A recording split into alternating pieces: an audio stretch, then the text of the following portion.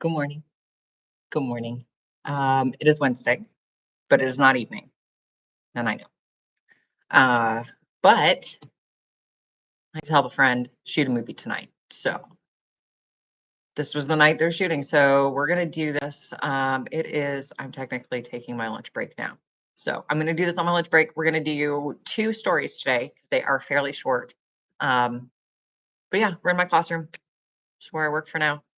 Uh, gonna have another classroom soon of sorts. So yeah, this will be the last day you guys see me probably at Muncie Central unless something changes in the next 2 weeks. Um, so yeah, um, I am just I couldn't wait to do this. I was gonna wait a little while and do it this afternoon, when maybe the sun was shining, but I don't think it's going to. So we've got the fluorescents from the classroom, and unfortunately they're better than my lights at home, apparently. So, anywho, um, I am just going to put some gratitude out there again. Um, Heather shared this morning, and if you guys know me outside of here, you know how much I love Heather. I've done unboxings from her shop, which are on the channel. I don't know why I'm so fidgety today. I apologize. I am just feeling very fidgety. Um, so yeah, you can go back and check out the videos from the unboxings I've done from her shop.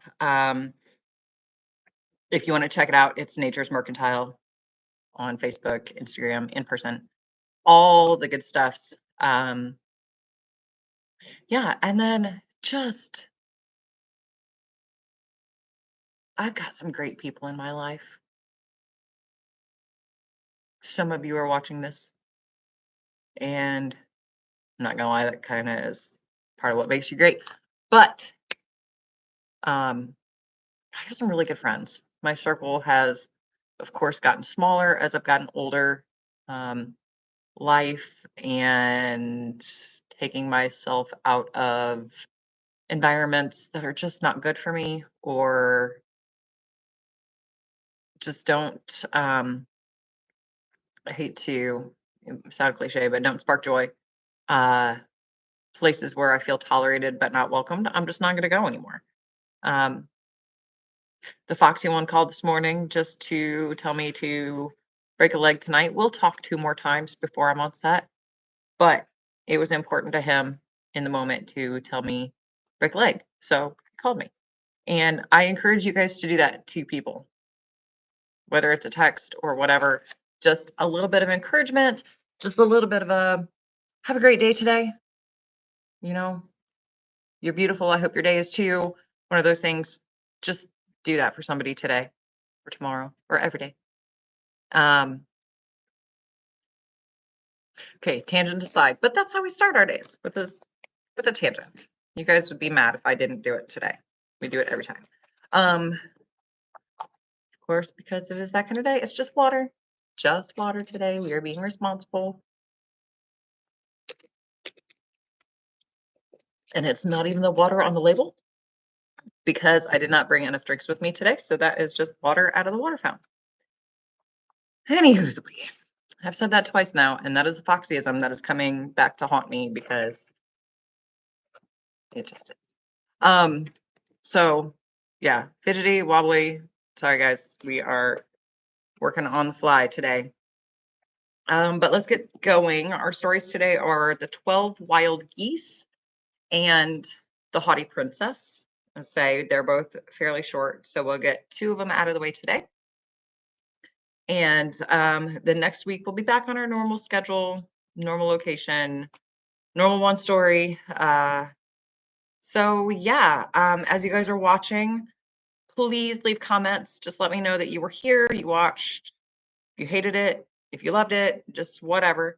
So yeah, so let's get going. And I'm really glad for whoever's watching tonight. I'm grateful for you. The 12 Wild Geese. There once was a king and queen that lived very happily together, and they had 12 sons and not a single daughter. We are always wishing for what we haven't, and don't care for what we have. And so it was with the queen. One day in winter, when the lawn was covered with snow, she was looking out of the parlor window and saw there a calf that was just killed by the butcher and a raven standing near it. "Oh," said she, "if I had only a daughter with her skin as white as that snow, her cheeks as red as that blood, and her hair as black as that raven, I'd give away every one of my 12 sons for her." The moment she said the word, she got a great fright, and a shiver went through her, and an instant later, a severe-looking old woman stood before her. "That was a wicked wish you made," said she, "and to punish you, it will be granted. You will have such a daughter as you desire, but the very day of her birth, you will lose your other children." She vanished the moment she said the word. And that very way it turned out. When she expected her delivery, she had her children all in a large room of the palace, with guards all around it. But the very hour her daughter came into the world, the guards inside and outside heard a great whirling and whistling, and the 12 princes were seen flying one after another through the open window and away like so many arrows over the woods. Well, the king was in great grief for the loss of his sons, and he would be very enraged with his wife if he only knew that she was so much to blame for it. Aha, so she kept it to herself. Okay, this is why we don't keep secrets from each other, kids. Everyone called the little princess Snow White and Rose Red on account of her beautiful complexion. She was the most loving and lovable child that could be seen anywhere. When she was 12 years old, she began to be very sad and lonely and to torment her brother, or her mother, excuse me, asking about her brothers that she thought were dead, for none up to that time ever told her the exact thing that happened to them. The secret was weighing very heavy on the queen's conscience, and as the little girl persevered in her questions, at last she told her. "Well, mother," said she, "it was on my account my poor brothers were changed into wild geese, and are now suffering all sorts of hardship. Before the world is a day older, I'll be off to seek them and try to restore them to their own shapes." The king and queen had her well watched, but it was all no use. Next night she was getting through the woods that surrounded the palace, and she went on and on that night until the evening of the next day. She had a few cakes with her. She got nuts and fruit of the sweet briar and some sweet crabs as she went along. At last, she came to a nice wooden house just at sunset. There was a fine garden round it, full of the handsomest flowers, and a gate in the hedge. She went in and saw a table laid out with 12 plates, and 12 knives and forks, and 12 spoons, and there were cakes and cold wild fowl and fruit along the plates, and there was a good fire, and in another long room there were 12 beds. Well, while she was looking about her, she heard the gate opening and footsteps along the walk, and in came 12 young men, and there was great grief and surprise on all their faces when they laid eyes on her. "Oh, what misfortune sent you here?" said the eldest. "For the sake of a girl, we were obliged to leave our father's court and be in the shape of wild geese all day. That's 12 years ago, when we took a solemn oath that we would kill the first young girl that came into our hands. It's a pity to put such an innocent and handsome girl as you are out of the world, but we must keep our oath." "But," said she, "I'm your only sister that never knew anything about this till yesterday, and I stole away from our father's and mother's palace last night to find you out and relieve you if I can." Every one of them clasped his hands and looked down on the floor, and you could hear a pin fall till the eldest cried out, "A curse light on our oath! What shall we do?" "I'll tell you that," said the old woman that appeared at the instant among them. "Break your wicked oath, which no one should keep. If you attempted to lay an uncivil finger on her, I'd change you into 12 stalks of ragweed." "Ragweed? Good Lord, Katie." "But I wish well to you as well as to her. She is appointed to be your deliverer in this way. In this way. She must spin and knit 12 shirts for you out of bog down, to be gathered by her own hands on the moor just outside of the wood. It will take her 5 years to do it, and if she once speaks or laughs or cries the whole time, you will have to remain wild geese by day till you're called out of the wood. So take care of your sister. It is worth your while." The fairy then vanished, and it was only a strife with the brothers to see who would be the first to kiss and hug their sister.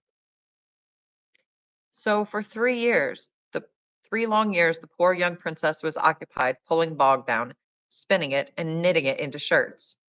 And at the end of the 3 years, she had 8 made. During all that time, she never spoke a word, nor laughed, nor cried. The last was the hardest to refrain from. One fine day, she was sitting in the garden spinning, when in sprung a fine greyhound and bounded up to her, and laid his paws on her shoulder, and licked her forehead and her hair. The next minute, a beautiful young prince rode up to the little garden gate, took off his hat, and asked for leave to come in. She gave him a little nod, and he smiled. After that, he walked in. He made ever so many apologies for intruding, and asked her ever so many questions, but not a word could he get out of her. He loved her so much from the first moment. Wait, she's 15, right? I did the math? She's 15?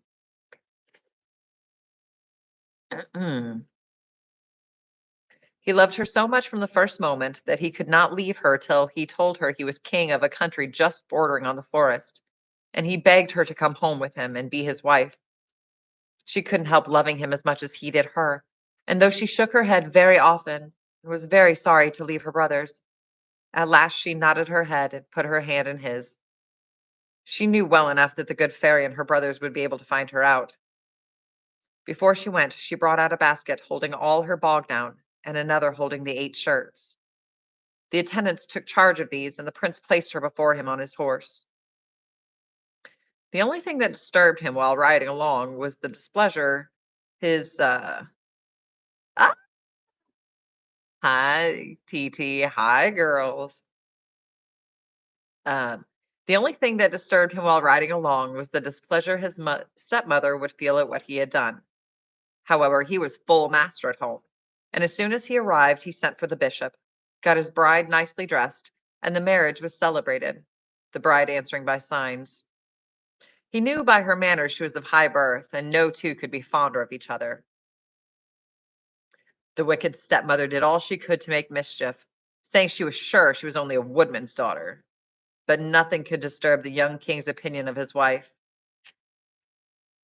In good time, the young queen was delivered of a beautiful boy, and the king was so glad he hardly knew what to do for joy.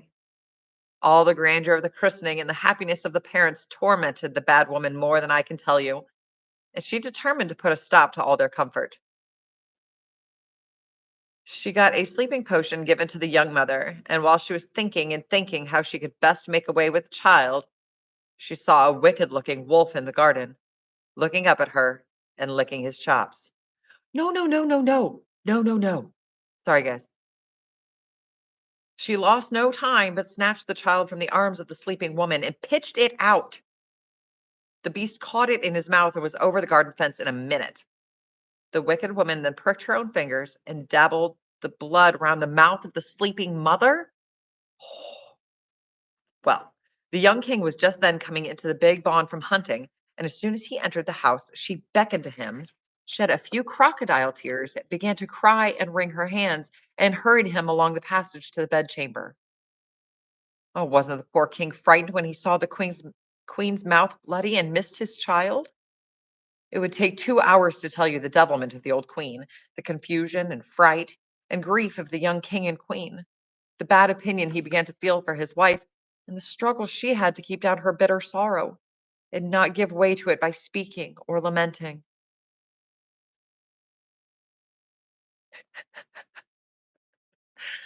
Uh, the young king would not allow anyone to be called and ordered his stepmother to give out that the child fell from the mother's arms at the window and that a wild beast ran off with it.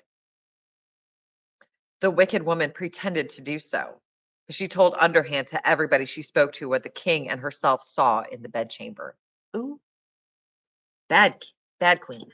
Bad queen. This is why we don't like queens.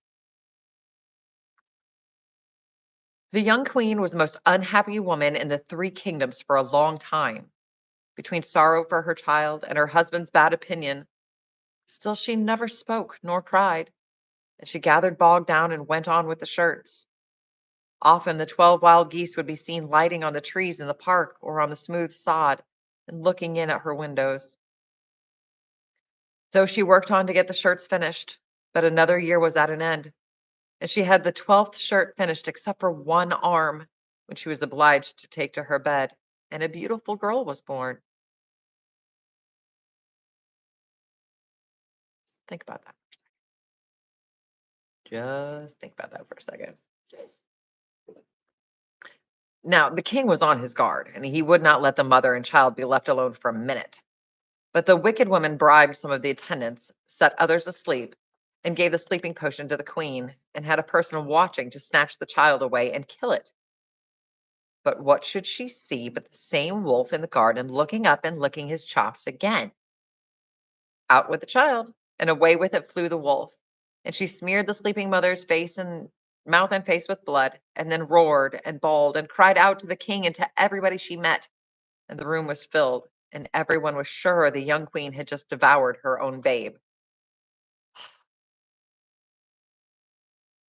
I love fairy tales. The poor mother thought now her life would leave her. She was in such a state she could neither think nor pray. She sat like a stone and worked away at the arm of the 12th shirt. The king was for taking her to the house in the wood where he found her, but the stepmother and the lords of the court and the judges would not hear of it, and she was condemned to be burned in the big bawn at 3 o'clock the same day.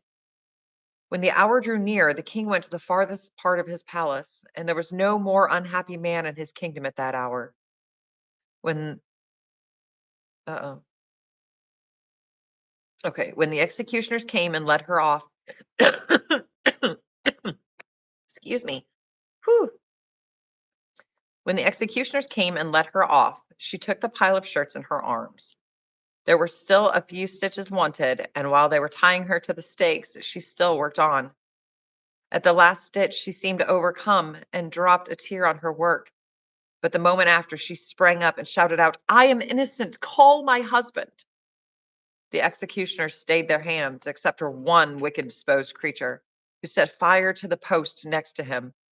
And while all were struck in amaze, there was a rushing of wings, and in a moment the 12 wild geese were standing around the pile. Before you could count 12, she flung a shirt over each bird, and there, in the twinkling of an eye, were 12 of the finest young men that could be collected out of 1,000.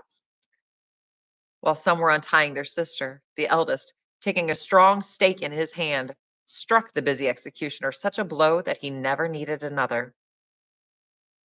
While they were comforting the young queen, and the king was hurrying to the spot, a fine looking woman appeared among them, holding the babe on one arm and the little prince by the hand. There was nothing but crying for joy and laughing for joy and hugging and kissing. And when anyone had time to thank the good fairy, who in the shape of a wolf carried the child away, she was not to be found. Never was such happiness enjoyed in any palace that was ever built. And if the wicked queen and her helpers were not torn by wild horses, they richly deserved it. Oh, Teddy B, if you are still watching, Nana loves you very much. So let's move on to our second story. And this one is called The Haughty Princess. This one is even shorter. So, um, okay, but before we do that, can we just talk for a second? So after the baby boy is taken by the wolf, the king has this horrible opinion of his wife that she ate their baby. She has another baby. Hmm. Anyway, okay, get that out of my system. So yeah, let's read the second one. It is called The Haughty Princess. There was once a very worthy king, whose daughter was the greatest beauty that could be seen far or near, but she was as proud as Lucifer, and no king or prince would she agree to marry. Her father was tired out at last, and invited every king and prince and duke and earl that he knew or didn't know to come to his court and give her one more trial. They all came, and next day after breakfast they stood in a row on the lawn, and the princess walked along in front of them to make her choice. One was fat, and says she, "I won't have you, beer barrel." One was tall and thin, and to him she said, "I won't have you, ramrod." To a white-faced man she said, "I won't have you, pale death." And to a red-cheeked man she said, "I won't have you, coxcomb." She stopped a little before the last of all, for he was a fine man in face and form. She wanted to find some defect in him, but he had nothing remarkable but a ring of brown curling hair under his chin. She admired him a little, and then carried it off with, "I won't have you, whiskers." So all went away, and the king was so vexed he said to her, "Now, to punish your impudence, I'll give you to the first beggarman or singing thronchuts that calls." And as sure as the hearth money, a fellow all over rags, and hair that came to his shoulders, and a bushy red beard all over his face, came next morning and began to sing before the parlor windows. When the song was over, the hall door was opened, the singer asked in, the priest brought, and the princess married to Beardy. She roared and she bawled, but her father didn't mind her. "There," says he to the bridegroom, "is 5 guineas for you. Take your wife out of my sight and never let me lay eyes on you or her again."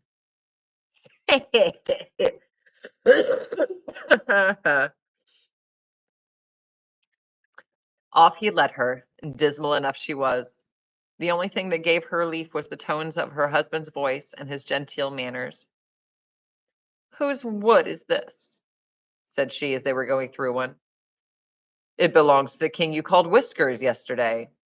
He gave her the same answer about meadows and cornfields and at last a fine city. "Oh, what a fool I was," she said to herself. "He was a fine man, and I might have him for a husband." At last they were coming up on a poor cabin. "Why are you bringing me here?" says the poor lady. "Poor Lady My Foot."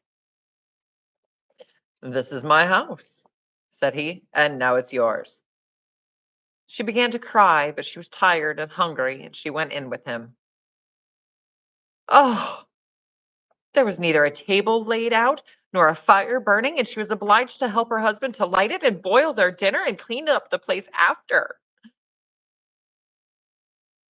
And next day he made her put on a stiff gown and a cotton handkerchief. When she had her house readied up and no business to keep her employed, he brought home willows, peeled them, and showed her how to make baskets. But the hard twigs bruised her delicate fingers, and she began to cry. Well, then he asked her to mend their clothes, but the needle drew blood from her fingers, and she cried again. He couldn't bear to see her tears, so he bought her a creel of earthenware and sent her to the market to sell them. This was the hardest trial of all, because she looked so handsome and sorrowful, and had such a nice air about her, that all her pans and jugs and plates and dishes were gone before noon, and the only mark of her old pride she showed was a slap she gave a bucking across the face when he axed her to go in and take a share of a quart. Well, her husband was so glad he sent her with another creel the next day. Faith, her luck was after deserting her. A drunken huntsman came up riding, and his beast got in among her ware, and made trash of every mother's son of 'em. She went home crying, and her husband wasn't at all pleased. "I see," said he. "You're not fit for business. Come along, I'll get you a kitchen maid's place in the palace. I know the cook." So the poor thing was obliged to stifle her pride once more. She was kept very busy, and the footman and butler would be very impudent about looking for a kiss. But she let a screech out of her the first attempt was made, and the cook gave the fellow such a lambasting with the besom that he made no second offer. She went home to her husband every night, and she carried broken victuals wrapped in papers in her side pockets. A week after she got service, there was a great bustle in the kitchen. The king was going to be married, but no one who the bride was to be. Well, in the evening, the cook filled the princess's pockets with cold meat and puddings and says, "Before you go, let's have a look at the great doings in the big parlor." So they came near the door to get a peep, and who should come out but the king himself, as handsome as you please, and no other but King Whiskers himself. "Your handsome helper must pay for her peeping," said he to the cook, "and dance a jig with me." Whether she would or no, he held her hand, brought her into the parlor. The fiddler struck up, and away went him with her. But they hadn't danced 2 steps when the meat and puddings flew out of her pockets. Everyone roared out. She flew to the door, crying piteously. But soon she was caught by the king and taken into the back parlor. "Don't you know me, my darling?" said he. "I'm both King Whiskers, your husband the ballad singer, and the drunken huntsman. Your father knew me well enough when he gave you to me, and all was to drive your pride out of you." Well, she didn't know how she was with fright and shame and joy. Love was uppermost anyhow, for she laid her head on her husband's breast and cried like a child. The maids of honor soon had her away and dressed her as fine as hands and pins could do it. And there were her mother and father too. And while the company were wondering what end of the handsome girl and the king, he and his queen, who they didn't know in such her fine clothes, and the other king and queen came in, and such rejoicing and fine doings as there was, none of us will ever see anyway. Short little fairy tales today. Just a little couple things, just to keep us going. Little couple things. This is why we do this in the evenings. I might be a morning person, but apparently my brain is not on board today. Um, so thank you for hanging around this morning. Thank you for watching this, no matter what time of day is. Like, subscribe, share, hit the buttons, blah, blah, blah, all the stuffs that you guys already know because you were already on YouTube. You were watching this stuff. So thank you. Thank you for being here with me. Thank you for um, hanging out with each other. Um, I think we're starting to build a cute little family here. So I hope you guys are enjoying your day. We are almost a third of the way through summer, but like 2/3 of the way through summer break. So um, if you got kiddos, try to find something fun with them to do before they are back at school. If you don't, find something for yourself to do fun while it's still summer. And I love you guys, and I will talk to you soon. Bye.